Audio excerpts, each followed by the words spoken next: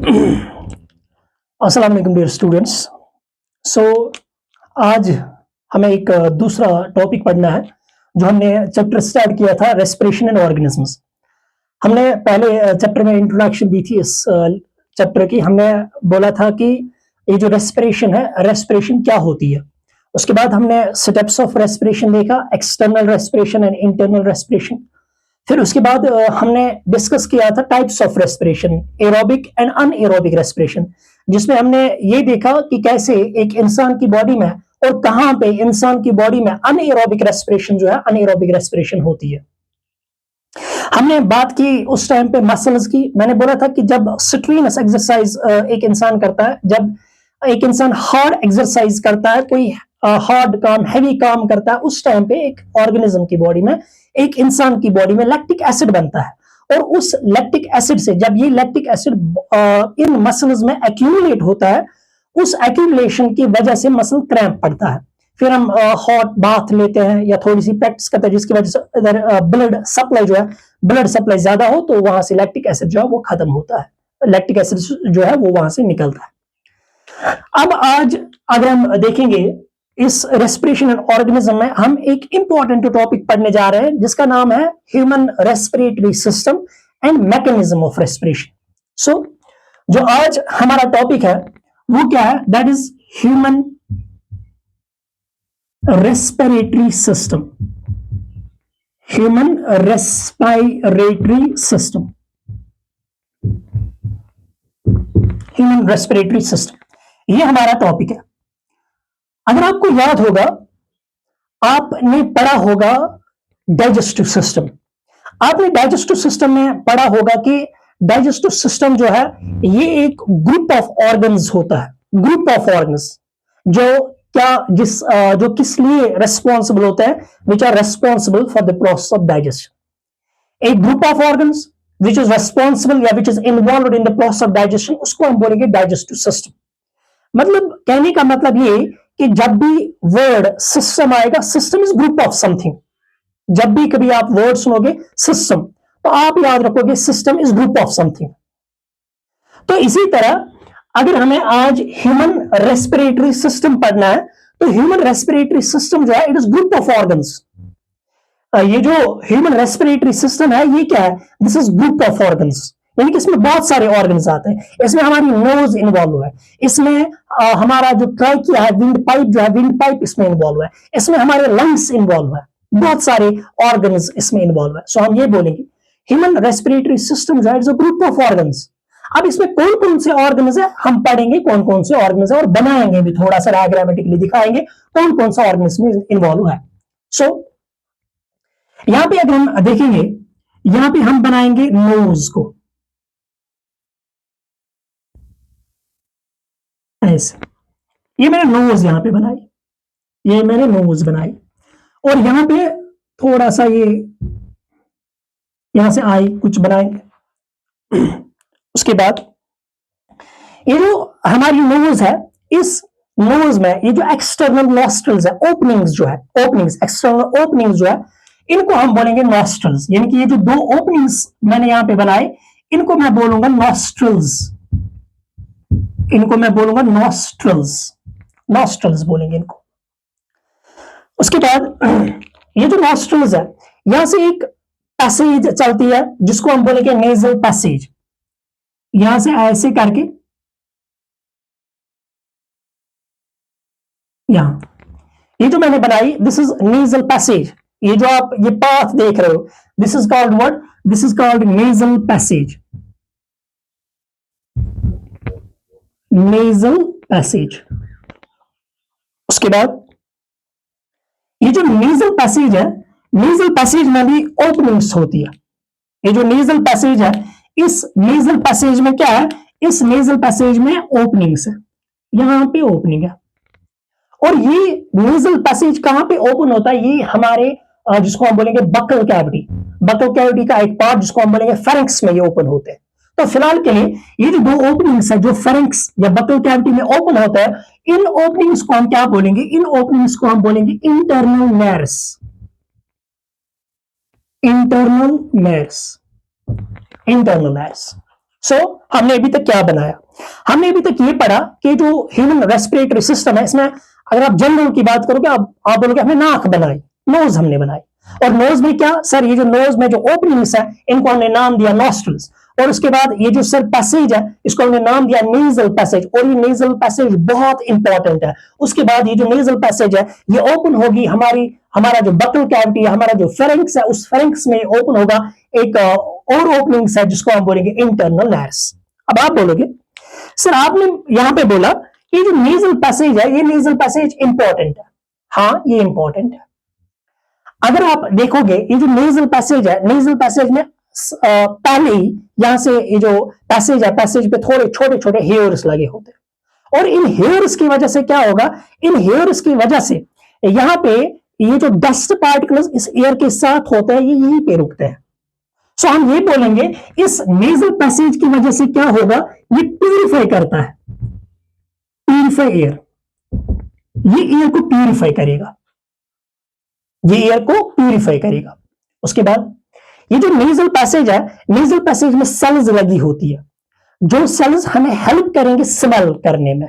सो यहां पे ये जो है, यहां पे सेल्स भी लगे होंगे, हेल्प्स इन, किसमें हेल्प करेंगे, हेल्प्स इन स्मेलिंग।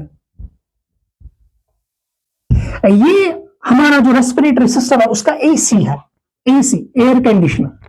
ये जो ठंडी हवा हम लेते हैं, ये ठंडी हवा को गर्म करता कौन, ये AC, that is nasal passage. So nasal passage जो है, नेजल पैसेज हमारे एयर को प्यूरिफाई करेगा, नेजल पैसेज हेल्प करेगा स्मेलिंग में। नेजल पैसेज क्या है, ये एयर कंडीशनर है, ठंडी हवा को गर्म करेगा। गर्म हवा जो अगर कभी होगी तो उसको क्या करेगा, उसको ठंडी करेगा, उसको ठंडा करेगा। सो दिस इज नेजल पैसेज। अब उसके बाद यहां से इस इंटरनल नैर्स जो है, इंटरनल नैर्स किसमें ओपन होगा, ये इंटरनल नैर्स जो है ये ओपन होगा यहां पे एक ट्यूब, जिसको आप बोलोगे फेरिंक्स। और फेरिंक्स जो है, फेरिंक्स का एक और पार्ट है, ये फेरिंक्स है, ये दिस इज फेरिंक्स। ये जो मैंने बनाया, this is what, this is pharynx. ये फेरिंक्स में ओपन होगा। और फेरिंक्स जो है, फेरिंक्स आप पढ़ोगे आगे, फेरिंक्स क्या है। उसके बाद फेरिंक्स के नीचे एक और चीज प्रेजेंट होता है, यहां पे ऐसे करके, थोड़ा सा बल्ज करके, ऐसे करके यहां पे प्रेजेंट होता है, जिसको हम बोलेंगे क्या, जिसको हम बोलेंगे लैरिंक्स, जिसको आप बोलोगे लैरिंक्स। ठीक। उसके बाद ये जो लैरिंक्स है, लैरिंक्स सब कंटिन्यू करेगा किसमें, लैरिंक्स सब कंटिन्यू करेगा विंड पाइप में। ये जो मैंने बनाया, this is what, this is wind pipe, this is wind pipe. और ये जो विंड पाइप है, विंड पाइप बाइफरकेट करता है। विंड पाइप जो ये स्प्लिट होगा, टूटेगा, एक यहां से जाएगा और एक हिस्सा यहां से जाएगा। मतलब विंड पाइप जो ये ऐसे करके टूटेगा, ऐसे करके बाइफरकेट, जिसको हम बोलेंगे, ऐसे करके बाइफरकेट होगा। और बाइफरकेट करके ये क्या होगा, ये चला जाएगा किन में, ये चला जाएगा ऐसे करके लंग्स में, ये चला जाएगा ऐसे करके लंग्स में, ऐसे करके, ये लंग्स मैंने बनाए। अब विंड पाइप जब तक बाइफरकेट ना हो, उसको हम बोलेंगे विंड पाइप, या इसको हम बोलेंगे ट्राइकिया, इसको हम बोलेंगे ट्राइकिया। अब ये जब बाइफरकेट हुआ, इस पार्ट को हम क्या बोलेंगे, इस पार्ट को हम बोलेंगे प्राइमरी ब्रोंकाई, प्राइमरी ब्रोंकाई। अब देखो, ये वाला जो पार्ट है, ये वाला लंग, इसको हम बोलेंगे लेफ्ट लंग, लेफ्ट लंग। और इसको हम बोलेंगे राइट लंग।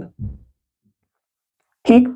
उसके बाद ये प्राइमरी ब्रोंकाई जब इस लंग्स के अंदर जब ये जाएगा, यहां पे ये क्या होता है, यहां पे ये फिर से बाइफरकेट होगा, ऐसे करके बाइफरकेट होगा। और जब भी पहली बार बाइफरकेट होगा, इनको हम बोलेंगे secondary, secondary bronchi, secondary bronchi. और ये सेकेंडरी ब्रोंकाई जो है, ये फिर से बाइफरकेट होंगे, ऐसे करके डिवाइड होंगे, ऐसे ऐसे करके ये डिवाइड होंगे। ठीक।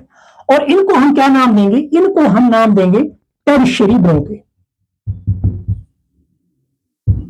Tertiary bronchi, tertiary bronchi. उसके बाद ये नहीं रुकेगा, ये फिर से डिवाइड करेगा, ऐसे करके ये फिर से डिवाइड करेगा। बनाइए, इसको हम बोलेंगे इनिशियल ब्रोंक्यूल, ये भी डिवाइड करेगा ऐसे करके, ये भी डिवाइड करेगा। इसको हम क्या बोलेंगे, इनको हम बोलेंगे initial bronchiole, initial bronchiole, initial bronchiole. यहीं पे नहीं रुकेगा, फिर ये डिवाइड करेगा, यहां से हम करेंगे, ये फिर से डिवाइड करेगा ऐसे करके, ये फिर से डिवाइड करेगा, ये भी डिवाइड करेगा। इसको हम क्या बोलेंगे, इसको हम बोलेंगे terminal, terminal bronchiole, terminal bronchiole. और टर्मिनल ब्रोंक्यूल जो है, ये टर्मिनल ब्रोंक्यूल फिर से डिवाइड करेगा, बस नाम याद रखना आप, ऐसे।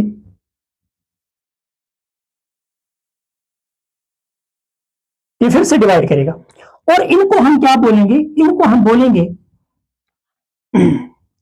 अल्वियोलर डक्ट या रेस्पिरेटरी डक्ट। और इन रेस्पिरेटरी डक्ट्स पे क्या लगा होता है, ऐसे करके यहां पे बैग लाइक स्ट्रक्चर्स होते हैं, ऐसे करके यहां पे बैग लाइक स्ट्रक्चर्स होते हैं। और इन बैग लाइक स्ट्रक्चर्स को हम क्या बोलेंगे, इनको हम बोलेंगे अल्वियोलाई। ऐसे करके रेस्पिरेटरी सिस्टम हमारा होता है। सो रेस्पिरेटरी सिस्टम की अगर हम बात करें, ये कहां से स्टार्ट होता है, ये स्टार्ट होता है नॉस्ट्रल्स से, बाहर जो ओपनिंग्स है उनको हम बोलेंगे नॉस्ट्रल्स। नॉस्ट्रल्स के बाद क्या होता है, नॉस्ट्रल्स के बाद नेजल पैसेज होती है, जो बहुत इंपॉर्टेंट होती है, जो हमारे एयर को प्यूरिफाई करेगा, जो हेल्प करेगा हमें स्मेल में। और ये क्या होता है, ये हमारे रेस्पिरेटरी सिस्टम का एसी होता है, एयर कंडीशनर होता है। उसके बाद ये नेजल पैसेज जो है, नेजल पैसेज ओपन होगी फेरिंक्स में, कैसे, इंटरनर्स के थ्रू। फिर उसके बाद ये फेरिंक्स जो है ये कनेक्टेड रहता है लैरिंक्स, ये यहां पे, ये जो होता है यहां पे ये सिस्टम, इसको हम बोलेंगे लैरिंक्स। ये जो बल्ज होता है मेल्स में, फीमेल्स में ज्यादा बल्ज ये नहीं होता, लेकिन मेल्स में क्या होता है, ये बल्ज आउट होता है, ये बाहर निकला होता है, इसको हम बोलेंगे लैरिंक्स, एडम्स एप्पल। उसके बाद लैरिंक्स कंटिन्यू करेगा विंड पाइप से, जिसको आप ट्राई क्या बोलोगे, विंड पाइप से ये बाइफरकेट करके लंग्स में चला जाएगा।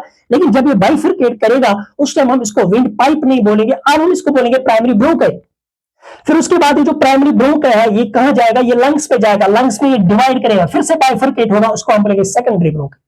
सेकेंडरी ब्रोंकाई जब डिवाइड करेगा tertiary bronchi, tertiary bronchi divide करेगा initial bronchiole, initial bronchiole divide करेगा टर्मिनल ब्रोंक्यूल, टर्मिनल ब्रोंक्यूल जो डिवाइड करेगा वहां पे अल्वियोलर डक्ट, और लास्ट में बैग लाइक स्ट्रक्चर्स होता है जहां, जिसको आप बोलोगे क्या, जिसको आप बोलोगे अल्वियोलाई। मतलब जो हमारा ईयर है, जो हमने इनटेक किया है, जो हमने इनहेलेशन की है, इनहेलेशन के दौरान जितना भी हमने एयर लाया वो ईयर अब कहां रहेगा, वो ईयर जो है वो प्रेजेंट होता है इन अल्वियोलाई में। और अल्वियोलाई से फिर एक्सचेंज ऑफ केसेस होता है, यानी कि अल्वियोलाई से ईयर, अल्वियोलाई से ये ऑक्सीजन जो है ये बाहर निकलेगा कहां पे, ब्लड वेसल्स में, और ब्लड वेसल्स में जो कार्बन डाइऑक्साइड होता है वो कहां जाएगा, वो जाएगा अल्वियोलाई में, और अल्वियोलाई से फिर ये बाहर निकलेगा। तो दिस इज रेस्पिरेटरी सिस्टम। अब एक और चीज, ये जो मैंने बनाया आपने यहां पे मैंने लिखा है लेफ्ट लंग, और इसको आप बोलोगे क्या, इसको आप बोलोगे राइट लंग। लेफ्ट लंग की अगर आप बात करोगे, लेफ्ट लंग में मैंने यहां पे एक मार्क बनाया, आपको लगा होगा शायद मैंने गलत बनाया, नहीं ये गलत नहीं मैंने बनाया, ये ठीक मैंने बनाया। यहां पे ऐसे करके एक मार्क होता है, ये अंदर, ये देखो ये फुल है, ये बड़ा है और ये थोड़ा सा छोटा है, और यहां पे एक मार्क है, और इस मार्क को हम क्या बोलेंगे, ये जो मार्क मैंने बनाया इस मार्क को आप नाम याद रखोगे कार्डियक नॉच, इसको आप बोलोगे कार्डियक नॉच। ये जो मैंने यहाँ पे मार्क एक बनाया, ये जो मैंने यहाँ पे थोड़ा सा बेंड करके ये लेफ्ट लंग बनाया, इसको हम बोलेंगे cardiac notch, cardiac notch. Cardiac notch क्यों ये होता है, यहाँ पे ये मार्क यहाँ पे क्यों होता है, ये बेंड क्यों होता है, क्योंकि हमारा जो लंग होता है वो लेफ्ट साइड थोड़ा टिल्ट टुवर्ड्स लेफ्ट, और ये कहां पे फंस जाता है, ये लेफ्ट लंग के अंदर फंस जाता है, वहां पे जो बेंड रहता है उस बेंड को आप बोलोगे कार्डियक नॉच। मतलब कार्डियक नॉच जो है ये क्या करता है, ये अच्छे से इस हार्ट को पोजिशनिंग देता है। कौन? ये कार्डियक नॉच। अब एक और चीज, ये जो आप लेफ्ट लंग और राइट लंग की आप बात करोगे, लेफ्ट लंग और राइट लंग, लेफ्ट लंग और राइट लंग के बीच जो ये स्पेस होती है, इस स्पेस को आप बोलोगे मीडियस्टीनम। मीडियस्टीनम, मीडियस्टीनम। अब आपको याद है कि लेफ्ट लंग जो है ये यहां पे कार्डियक नॉच है, तो ये थोड़ा सा छोटा बनता है, सो हम बोलेंगे ये जो लेफ्ट लंग है ये स्मॉलर होता है, स्मॉलर होता है। अगर आप इसका वजन देखोगे, इसका वजन जो है दैट इज 560 ग्राम्स, 560 ग्राम्स इसका वजन होता है लेफ्ट लंग का। और अगर आप बात करोगे, यहां पे मैं लिखूंगा राइट लंग की बात अगर आप करोगे, राइट लंग, राइट लंग में आप याद रखोगे दिस इज लार्जर, ये बड़ा होता है और इसका जो वजन होता है दैट इज 620 ग्राम्स, 620 ग्राम्स ये इसका वजन होता है। उसके बाद ये जो लंग्स होते हैं, इन लंग्स को सपोर्ट करता है। ये जो लंग्स होते हैं इनको इस पोजीशन पे रखना, मतलब ये जो आप देखते हो लंग्स यहां पे होता है, इस कैविटी को आप बोलोगे थोरैसिक कैविटी। सो इसको यहां पे रखता कौन है, यानी कि ये जो लंग्स होता है इनको इस कैविटी में रखता कौन है, ये किस पे रेस्ट करके होता है, यहां पे एक मसल होती है, ऐसे करके यहां पे एक मसल होती है, ऐसे करके यहां पे एक मसल होती है। इस मसल को आप बोलोगे डायफ्राम, DIAPHRAGM, डायफ्राम आप पढ़ना है इसको, डायफ्राम, डायफ्राम इसको बोलते हैं। सो this is what, this is human respiratory system.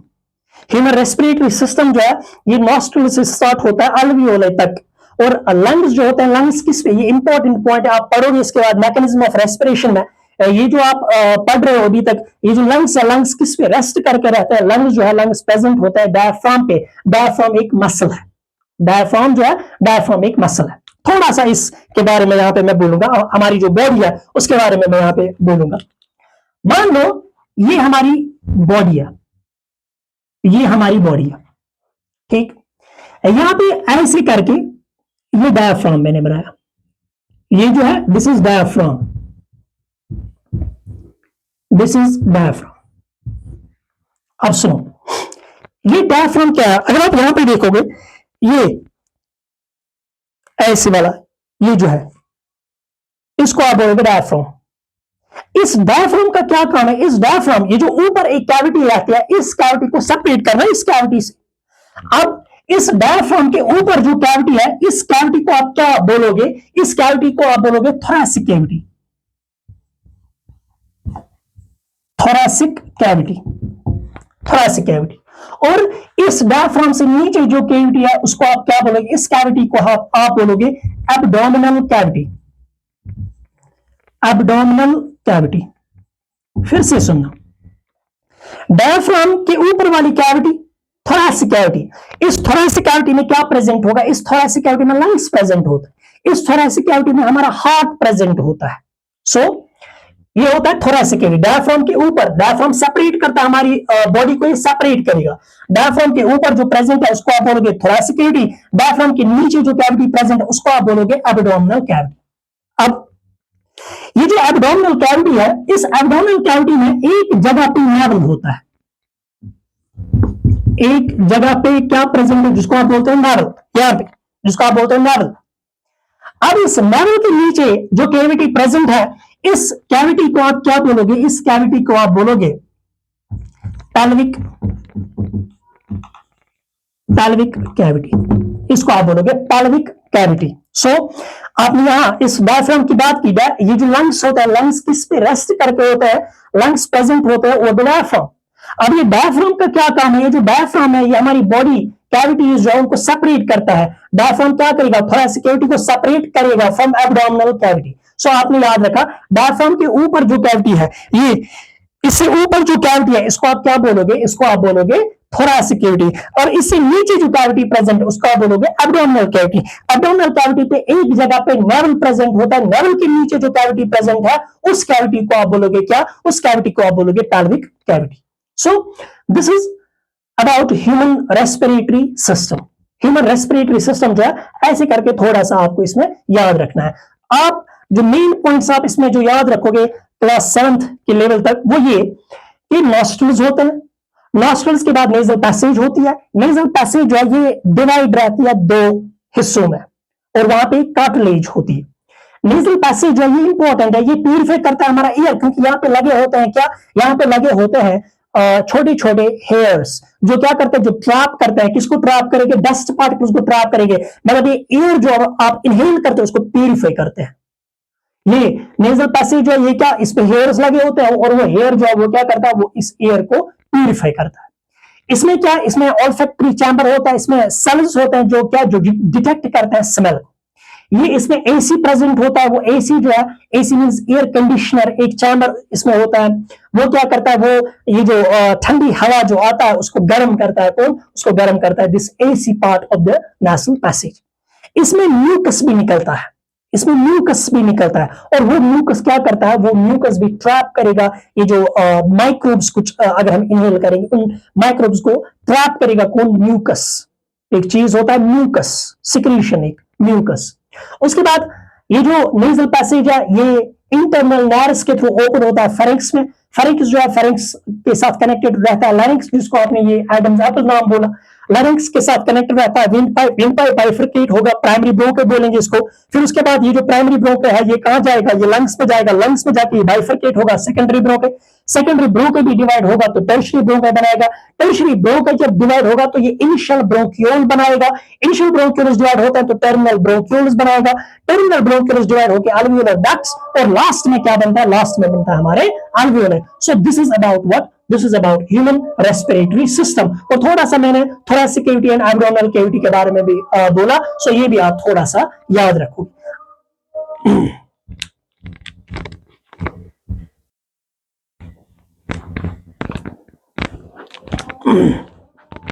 सो अब जो हमारा टॉपिक है वो हम पढ़ेंगे मैकेनिज्म ऑफ रेस्पिरेशन। जो ये रेस्पिरेशन है, ये रेस्पिरेशन होती कैसे, कैसे हम मजबूर होते हैं इनहेलेशन के लिए, और कैसे हम मजबूर होते हैं किसके लिए? एक्सहेलेशन। यानी कि कैसे इनहेलेशन होती है और कैसे एक्सहेलेशन होती है। तो ये समझने के लिए आपको क्या समझना है? आपको समझना है कि हमारे पीछे एक बोन होती है जिसको आप बोलते हो वर्टिब्रल कॉलम। पीछे ये पीछे हमारी क्या होती है? एक बोन होती है जिसको आप क्या बोलते हो? जिसको आप बोलते हो वर्टिब्रल कॉलम। और आगे एक बोन होती है यहां तक एक बोन होती है, यहां से यहां तक एक बोन होती है जिसको आप क्या बोलते हो? जिसको आप बोलते हो स्टर्नम। यानी यहां आगे ऐसे कील जैसी एक बोन होती है, ऐसे करके बोन होती है जिसको आप क्या बोलोगे? जिसको आप बोलोगे स्टर्नम, जिसको आप बोलोगे स्टर्नम। और पीछे क्या प्रेजेंट होता है? पीछे एक bone present, long bone present होती है, उसको आप बोलते हो वर्टिब्रल कॉलम। ठीक, उस वर्टिब्रल कॉलम से अराइज होती है हमारे रिब्स। हमें पता है कि हमारे पास जो रिब्स है वो कितने पेयर्स होते हैं? रिब्स हमारे पास प्रेजेंट होते हैं 12 pairs, 12 pairs of ribs, 12 pairs of ribs. तो 12 पेयर्स कैसे होती हैं? ये मान लो 1 2 3 4 5 6 और 7, यानी कि ये पीछे से आए हुए हैं, वर्टिब्रल कॉलम से आए हुए हैं। ये 7 रिब्स मैंने बनाए, यहां से भी ये होंगे क्योंकि पेयर्स में होते हैं।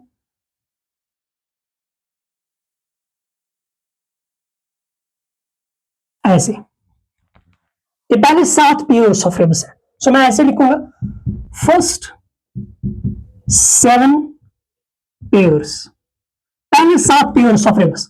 ये कहां से आए? ये रिब्स ये पीछे से आता है, कहां से? वर्टिब्रल कॉलम से, और आगे कहां पे ज्वाइन करके रहते हैं? स्टर्नम के साथ ज्वाइन करके रहते हैं।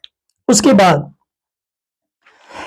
बाद जो 8th 9th and 10th pair जो है वो कैसे इसके साथ अटैच्ड रहते हैं? डायरेक्टली नहीं अटैच रहेंगे।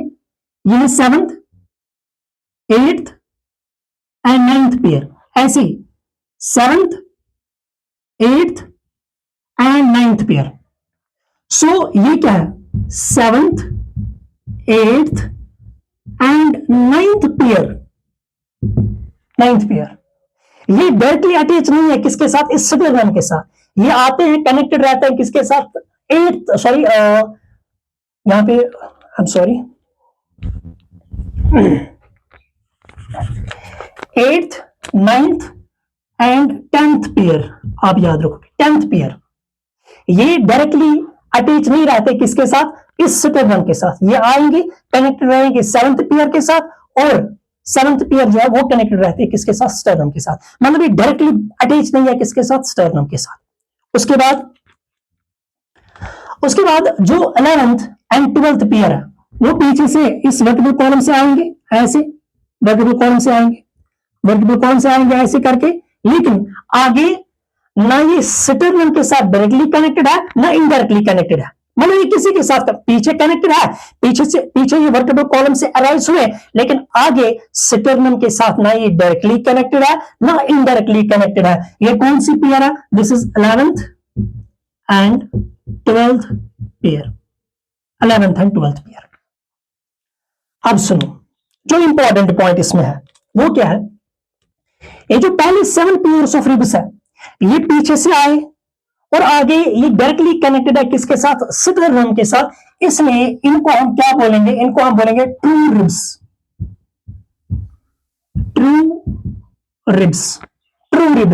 क्यों, क्योंकि पीछे से ये वर्टिकल कॉलम से अराइज होके आगे स्टेरनम के साथ डायरेक्टली ये बंद है, डायरेक्टली अटैच्ड है, तो इसको हम बोलेंगे क्या, इसको हम बोलेंगे ट्रू रिब्स, इसको हम नाम देंगे। उसके बाद 8th 9th and 10th pair जो है इन तीन पेयर्स को हम बोलेंगे क्या, फॉल्स रिब्स।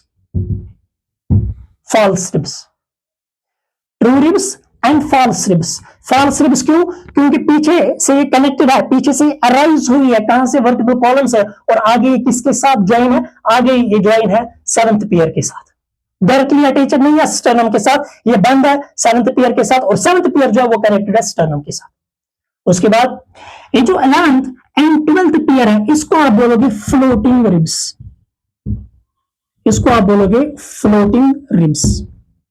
रिब्स, ये किसी के साथ कनेक्ट नहीं है, फ्लोटिंग रिब्स है, ठीक, फ्लोट करते हैं हमारी बॉडी में।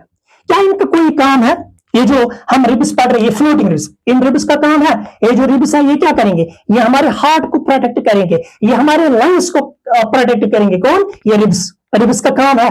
ये जो बोन्स हमारी बॉडी में होती है उनका हर एक बोन का कोई ना कोई काम है। फिलहाल के लिए जो रिब्स है, रिब्स का क्या काम है, ये रिब्स प्रोटेक्ट करते हैं हमारे लंग्स को, ये रिब्स प्रोटेक्ट करेंगे हमारे हार्ट को, ये प्रोटेक्ट करेंगे। लेकिन मैं बात कर रहा हूं इन फ्लोटिंग रिब्स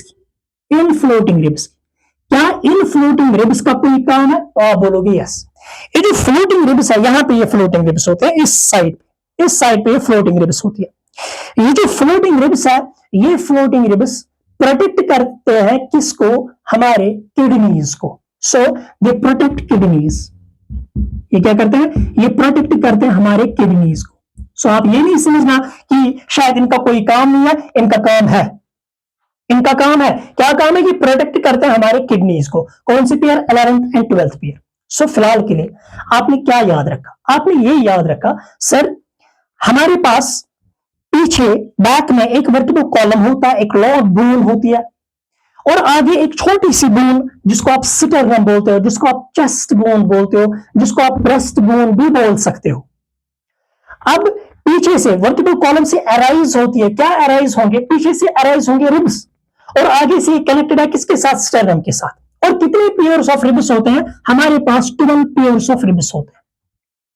लेकिन इन 12 पेयर्स में पहले 7 पेयर्स जो है वो अराइज होते हैं कहां से, वर्टिकल कॉलम से, और आगे ये कनेक्टेड रहते हैं, आगे ये अटैच रहते हैं स्टेरनम के साथ डायरेक्टली।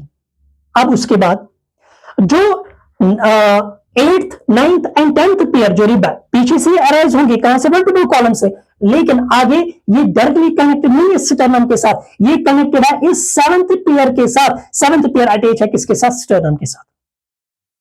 उसके बाद 11th एंड 12th पेयर ये पीछे से अराइज हुए, कहां से अराइज हुए, वर्टिकल कॉलम से, लेकिन आगे किसी के साथ कनेक्ट नहीं है, ना ये डायरेक्टली कनेक्टेड है स्टेरनम के साथ, ना ये इनडायरेक्टली कनेक्टेड है वर्टिकल कॉलम के साथ, सॉरी स्टेरनम के साथ। तो इसको हम क्या बोलेंगे, इसको हम बोलेंगे फ्लोटिंग रिब्स।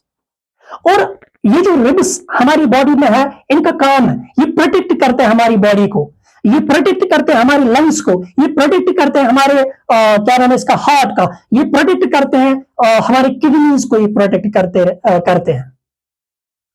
उसके बाद ये रिब्स की बात है। उसके बाद इन रिब्स को भी कनेक्टेड रहना पड़ता है, मतलब ये फर्स्ट पेयर ऑफ रिब, यानी जो फर्स्ट रिब है, ये कनेक्टेड रहती है किसके साथ, सेकंड के साथ, सेकंड कनेक्टेड रहती है किसके साथ, थर्ड के साथ, थर्ड फोर्थ के साथ, फोर्थ फिफ्थ के साथ, फिफ्थ सिक्स्थ के साथ, सिक्स्थ सेवंथ के साथ, सेवंथ एट्थ के साथ, एट्थ नाइन्थ के साथ, नाइन्थ टेंथ के साथ, और टेंथ इलेवेंथ के साथ, इलेवेंथ ट्वेल्थ के साथ। ये आपस में कनेक्टेड रहते हैं। अब ये कैसे कनेक्टेड रहेंगे, मसल्स से थ्रू, मसल्स के थ्रू ये कनेक्टेड रहेंगे। यहां से भी ये कनेक्टेड रहेंगे इसके साथ, ऐसे करके इनके बीच कनेक्शन होता है, ऐसे करके कनेक्शन होता है। और इन कनेक्शंस को हम क्या बोलेंगे, यहां पे मैं नाम लिखूंगा, इन कनेक्शंस को मैं बोलूंगा एक्सटर्नल इंटरकोस्टल मसल्स।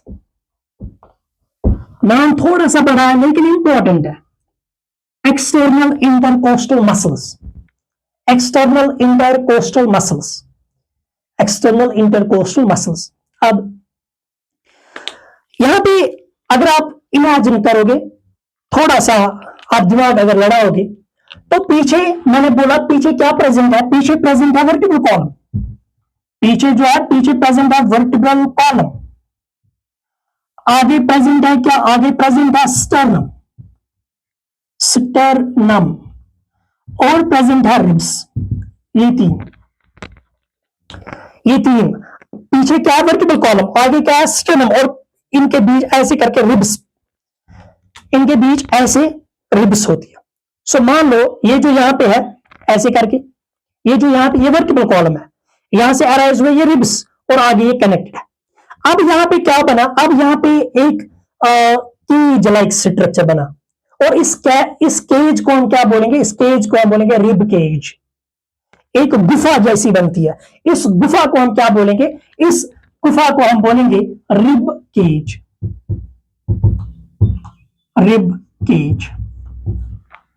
थोड़ा सा अगर आप इमेजिन करोगे, पीछे प्रेजेंट है वर्टिब्रल कॉलम, आगे प्रेजेंट है स्टर्नम, और इनके साथ कनेक्टेड रहती है क्या, रिब्स, और इससे क्या बनता है, इससे गुफा जैसी बनती है, उस गुफा को हमने बोला रिब केज। अब क्वेश्चन आएगा आपको कि रिब केज में क्या क्या प्रेजेंट है, या रिब केज किस किस चीज से बनता है, एक वर्टिब्रल कॉलम, दूसरा स्टर्नम, और तीसरा एक है that is ribs, that is what, that is ribs. So अभी तक हमें समझ आया कि हमारी बॉडी में 12 पेयर्स ऑफ रिब्स है, हमारी बॉडी में सामने एक कील जैसी बोन होती है जिसको आप स्टर्नम बोलोगे, इसको आप चेस्ट बोन भी बोलोगे, इसको आप ब्रेस्ट बोन भी बोलोगे, और पीछे से प्रेजेंट एक लोअर बोन होती है जिसको आप नाम दोगे वर्टिब्रल कॉलम, और वो जो वर्टिब्रल कॉलम है वो बनी है छोटे छोटे बोन से, है वो लोअर बोन लेकिन बनी है छोटे छोटे बोन से, उन बोन्स को आप बोलोगे वर्टिब्राई।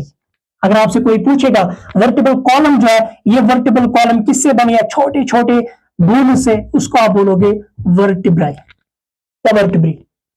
ठीक, उसके बाद स्टर्नम प्रेजेंट होता है, और रिब्स, इन तीन चीजों से vertebral column, sternum and ribs से बनता है क्या, रिब केज। उसके बाद मैंने बोला फर्स्ट 7 पेयर्स, इनको आप बोलोगे true ribs, 8th 9th and 10th pair false ribs, 11th 12th जो है उसको आप बोलोगे क्या, उसको आप बोलोगे floating ribs. So this is about rib cage.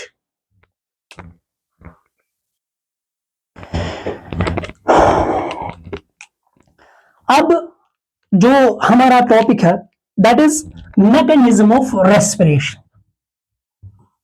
जो अब हमारा टॉपिक है that is mechanism of respiration. Respiration जो है, रेस्पिरेशन का क्या मैकेनिज्म है, हमें पता है कि रेस्पिरेशन जो है, रेस्पिरेशन में 2 स्टेप्स आएंगे। रेस्पिरेशन जो है इसमें पहले इनहेलेशन होती है,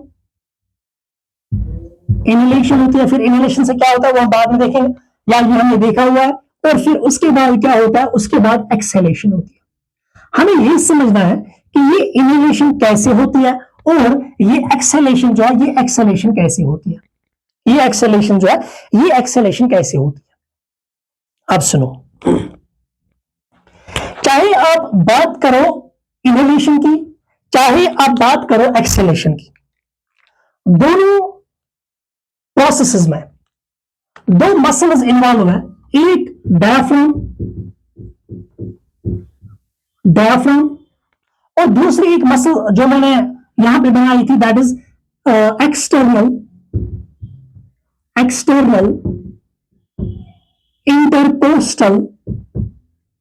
intercostal muscles, external intercostal muscles. ये दो मसल्स की वजह से इनहेलेशन भी होती है और ये दो मसल्स की वजह से एक्सहेलेशन भी होती है। अब मैकेनिज्म स्टार्ट करेंगे।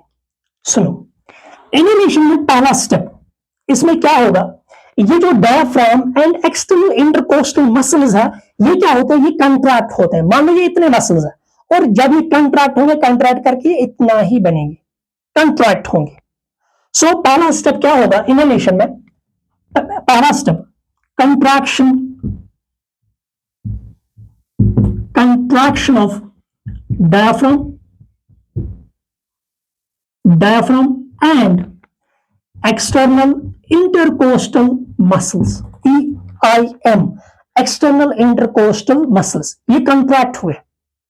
जब ये कॉन्ट्रैक्ट हुए, रिब्स के बीच क्या प्रेजेंट था, एक्सटर्नल इंटरकोस्टल मसल्स। जब एक्सटर्नल इंटरकोस्टल मसल्स कंट्रैक्ट हुए, ये जो रिब्स है ये तो ऊपर आएंगे, ये रिब्स जो है ये ऊपर आएंगे, और ये डायफ्राम जो है, जब डायफ्राम कंट्रैक्ट होगा, ये जो रिब केज है ये ऊपर उठेगी। मतलब जब ये दोनों कंट्रैक्ट होंगे, डायफ्राम एंड इंटरकोस्टल मसल्स, ये क्या करेंगे, ये जो हमारी रिब केज है ये ऐसे करके ऊपर आएगा, ऐसे। सो इस कंट्रैक्शन की वजह से, जो डायफ्राम की कंट्रैक्शन हुई, जो एक्स्ट्रा इंटरकोस्टल मसल्स की कंट्रैक्शन हुई, इससे क्या होगा, इससे ये जो रिब केज है it moves up and forward.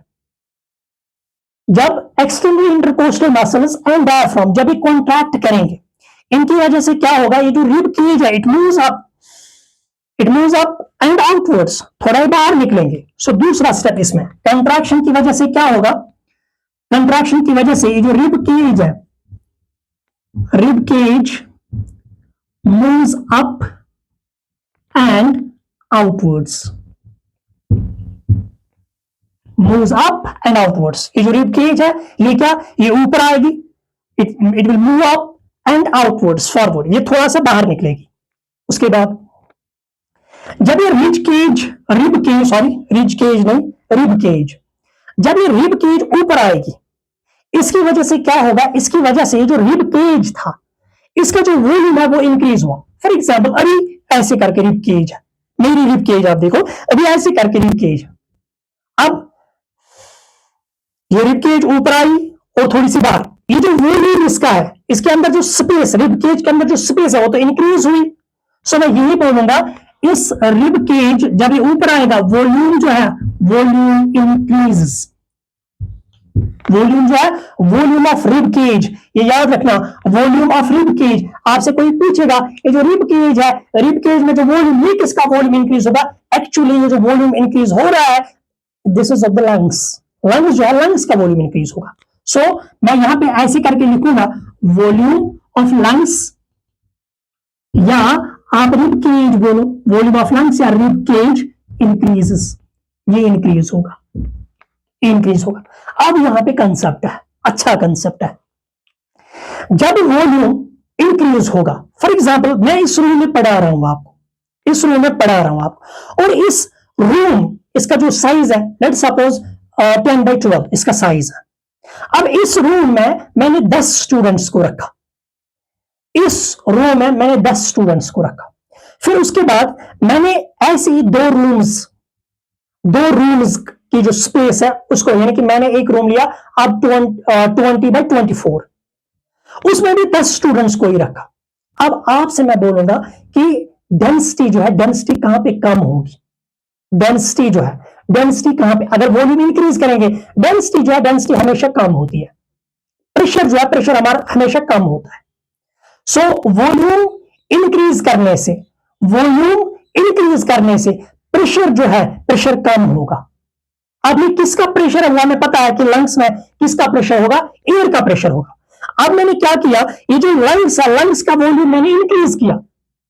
जैसे ही मैंने लंग्स का वॉल्यूम इंक्रीज किया, इसके अंदर जो प्रेशर था वो कम हुआ, इसके अंदर जो प्रेशर था वो क्या हुआ, वो कम होगा। याद रखना मेरी बात, जब कंट्रैक्शन ऑफ डायफ्राम हुआ, contraction of extra intercostal muscles हुआ, rib cage it will move up and outwards, volume increase होगा। जब वॉल्यूम इंक्रीज होगा, वॉल्यूम के इंक्रीज होने से ये जो प्रेशर है, प्रेशर क्या होगा, प्रेशर डिक्रीज होगा। सो मैं यहां पे लिखूंगा pressure decreases, pressure decreases.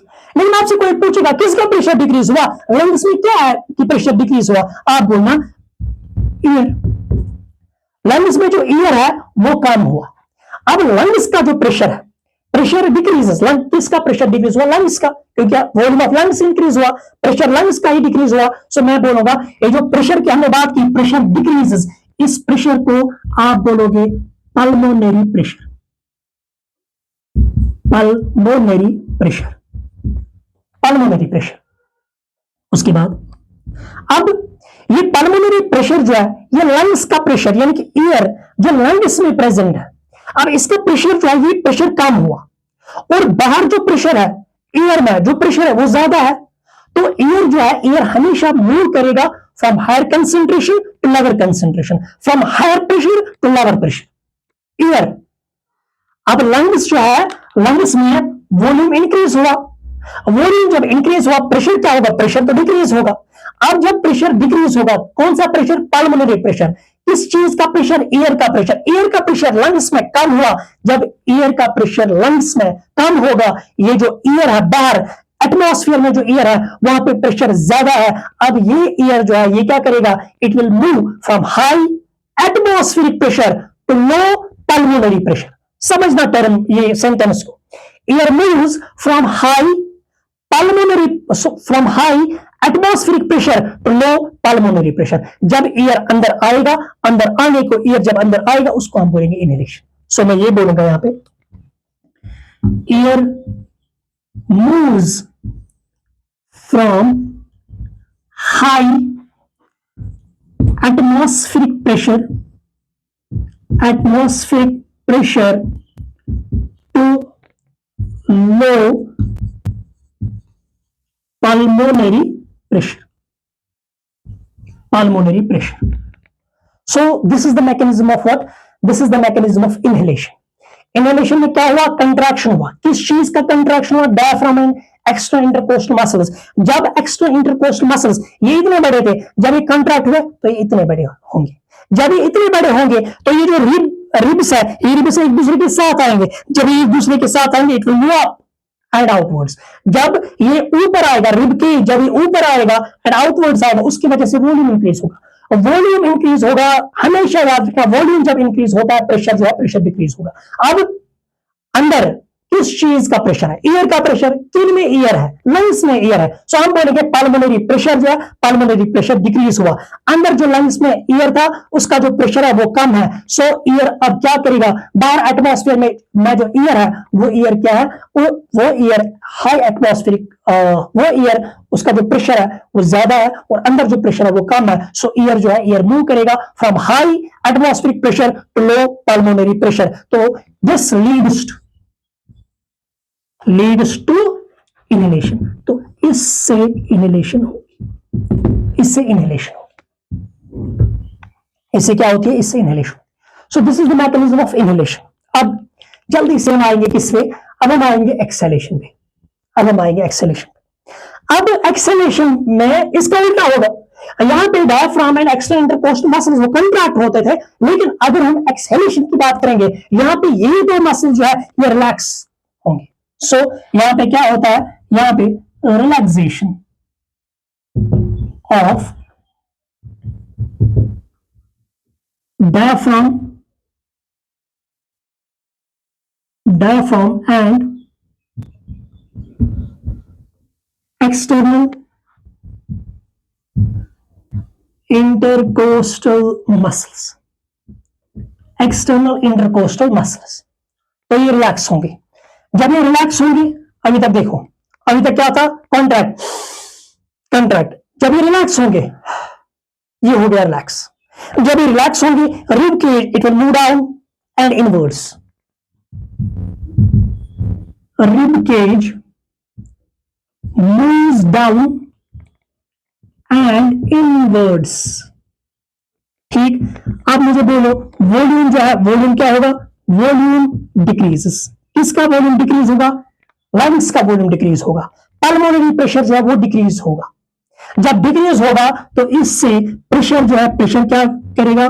Pressure increase, pressure increases. जब प्रेशर इंक्रीज मतलब अंदर प्रेशर ज्यादा है, यहां की बात आप करो, अंदर प्रेशर ज्यादा है। किसका प्रेशर? एयर। जब अंदर एयर का प्रेशर ज्यादा है, बाहर कम होगा, तो एयर जो है it will move from high pulmonary pressure. अब अंदर की बात, पल्मोनरी प्रेशर वो ज्यादा है टू लो एटमॉस्फेरिक। एटमॉस्फेयर में जो एयर का प्रेशर है वो कम है।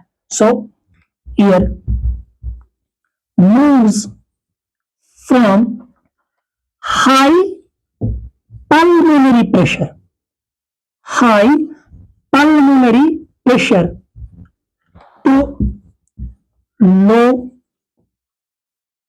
atmospheric pressure, to low atmospheric pressure। ठीक, अब एयर क्या करेगा?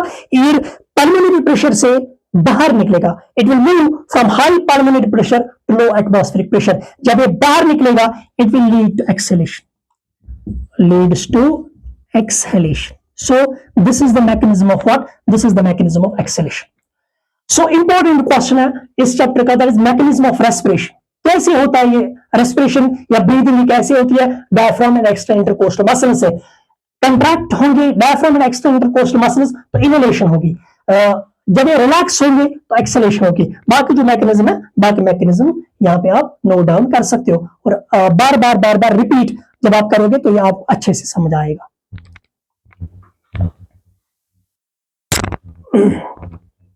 सो हमने क्या पढ़ा? हमने पढ़ा मैकेनिज्म ऑफ रेस्पिरेशन, कैसे रेस्पिरेशन जो है, कैसे रेस्पिरेशन होती है, कैसे इनहेलेशन होती है, कैसे एक्सहेलेशन होती है। या आप इसको ऐसे भी बोल सकते हो, मैकेनिज्म ऑफ रेस्पिरेशन आप बोलो, या मैकेनिज्म ऑफ ब्रीदिंग अगर आप बोलोगे वो भी चलेगा। मैकेनिज्म ऑफ रेस्पिरेशन या मैकेनिज्म ऑफ ब्रीदिंग।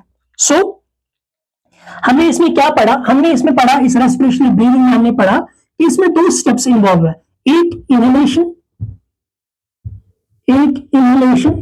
और एक है एक्सहेलेशन, और एक है एक्सहेलेशन। इनहेलेशन एंड एक्सहेलेशन, ये दो इसमें इन्वॉल्व है।